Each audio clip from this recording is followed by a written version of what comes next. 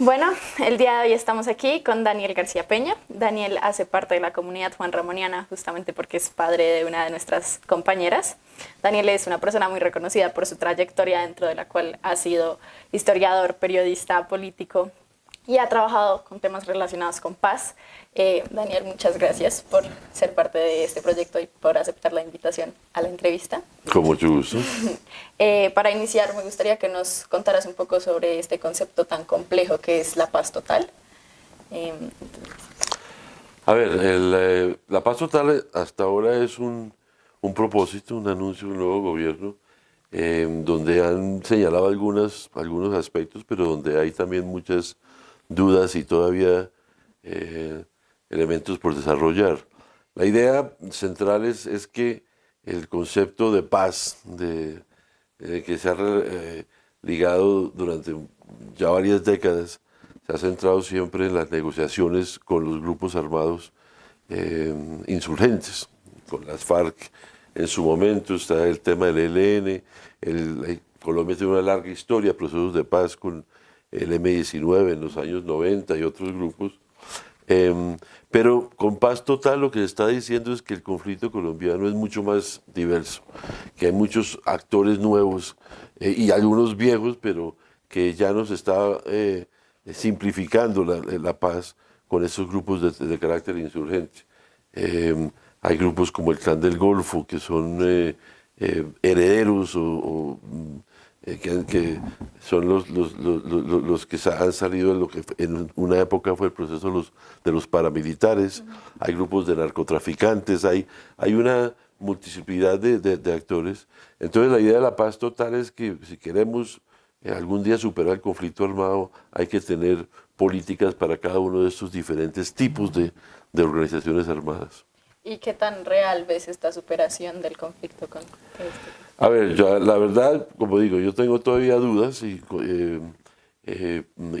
dudas porque todavía no es claro cómo se va a tratar, porque una cosa es reconocer que hay muchos grupos y muchos tipos de grupos armados y de violencia, pero otra es, para mí muy importante, la diferenciación en lo que son grupos de carácter político, insurgente, como es el caso digamos, hoy en día es el Ejército de Liberación Nacional, el ELN, que inició una negociación con el gobierno del presidente Santos, pero quedó en veremos. Entonces habría, digamos, para mí ese componente de la paz política, si se quiere, de negociaciones, que hay que retomar lo que se inició. Y vienen todos estos otros grupos, otros tipos de grupos, donde hasta ahora el gobierno ha anunciado algunas cosas.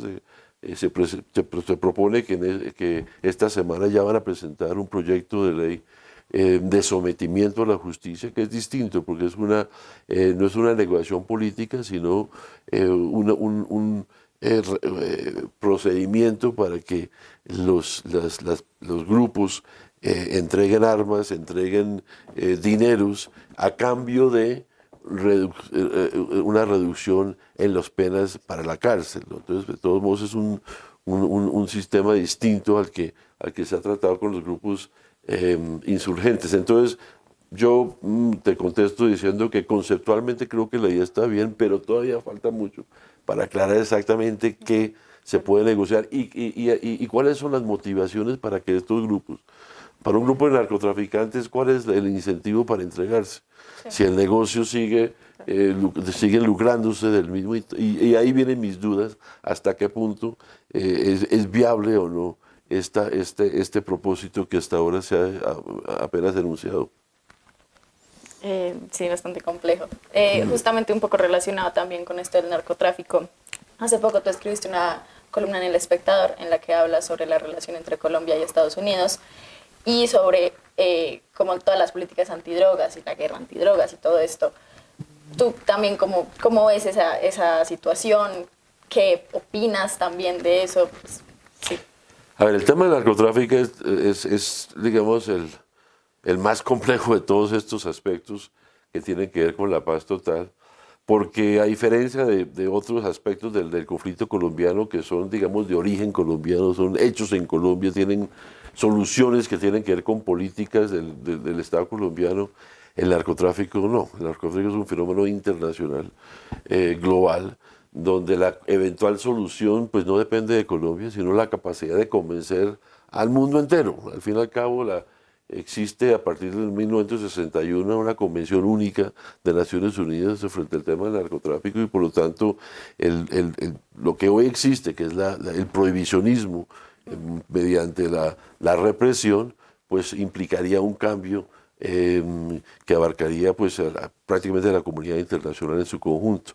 Eso no quiere decir que no hay que buscar transformar la política antidrogas, porque lo que sí es claro, y lo ha dicho el presidente Petro, la política antidrogas ha fracasado. Ha sido un desastre absoluto. Llevamos 40 años en la guerra contra las drogas y el nivel digamos, de consumo sigue igual. Los daños que ha generado la lucha contra el narcotráfico son innumerables. Entonces sí hay que cambiar la política antidrogas. Pero cómo se logra no es tan sencillo. Parte tiene que ver con Estados Unidos. Sin duda Estados Unidos es el principal mercado de cocaína que se produce en Colombia. Estados Unidos es además quien ha promovido históricamente las políticas prohibicionistas.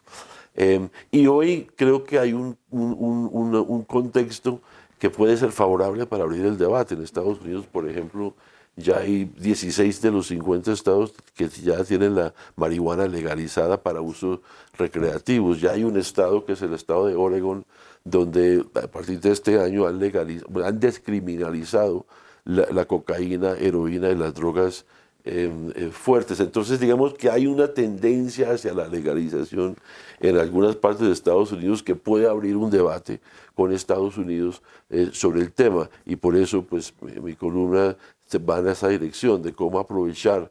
El gobierno de Biden ha dicho que hay que replantear la lucha contra las drogas y el gobierno de Petro está en lo mismo. Entonces, ahí podría haber un diálogo interesante. Pero hoy el problema no es Estados Unidos. Hoy los que más enfatizan el prohibicionismo son países como China, donde hay pena de muerte para el narcotráfico, Rusia, los países árabes, los países musulmanes. Entonces yo diría que lo fácil es convencer a Estados Unidos hoy, lo difícil es convencer al mundo y países como Rusia, China, los países árabes que pues hacen que la meta de cambiar la política antidrogas, pues hay que empezar, hay que abrir el debate, pero eso no va a ser de un día para otro. Procesos largos. Sí. Ok, cambiando un poco de tema, pero pues también muy relacionado con toda tu experiencia, ¿cómo crees que ha sido la postura de los medios de comunicación frente a este nuevo gobierno, pues en el poco tiempo que lleva? Bueno, lo que pasa es que cuando uno dice medios de comunicación abarca muchas cosas. Hay unos medios, digamos, que son los que tienen mayor audiencia tradicionales, que desafortunadamente casi todos los dueños son los sectores económicos tradicionales y vemos de parte de ellos pues una actitud bastante crítica, a mi entender demasiado polarizados, porque está bien, los medios de comunicación deben ser críticos frente al gobierno que sea, independientemente del color político. Pero el gobierno de Petro lleva un poquito más de un mes y ya hay una actitud. De hecho, la portada de la revista Semana, que se ha convertido como la portavoz de la oposición, que está dedicada al tema de la salud, donde ni siquiera el gobierno ha presentado un proyecto de reforma de la salud. Entonces yo sí creo que ha habido en ciertos medios, como la revista Semana, el periódico El Tiempo, RCN, donde hay una actitud y digamos, una postura ideológica, política, que ha sido, a mi entender, que no le ha dado tiempo al gobierno para poder desarrollarse. Ahora, eso no está mal, porque una democracia necesita uno de diferentes opiniones. Lo que pasa es que en Colombia no hay medios de comunicación, digamos, de la talla, con la trayectoria que tienen estos medios, que puedan balancear, que puedan de alguna manera darnos la otra opinión. De todas maneras, hoy en día esos medios tradicionales siguen pesando, pero no como antes. Antes la gente escuchaba o era Caracol y RCN y para de contar. Hoy en día con las redes sociales, con mecanismos, plataformas como YouTube y otros, la información ya es mucho más diversa y ahí yo creo que el debate es más balanceado. Claro.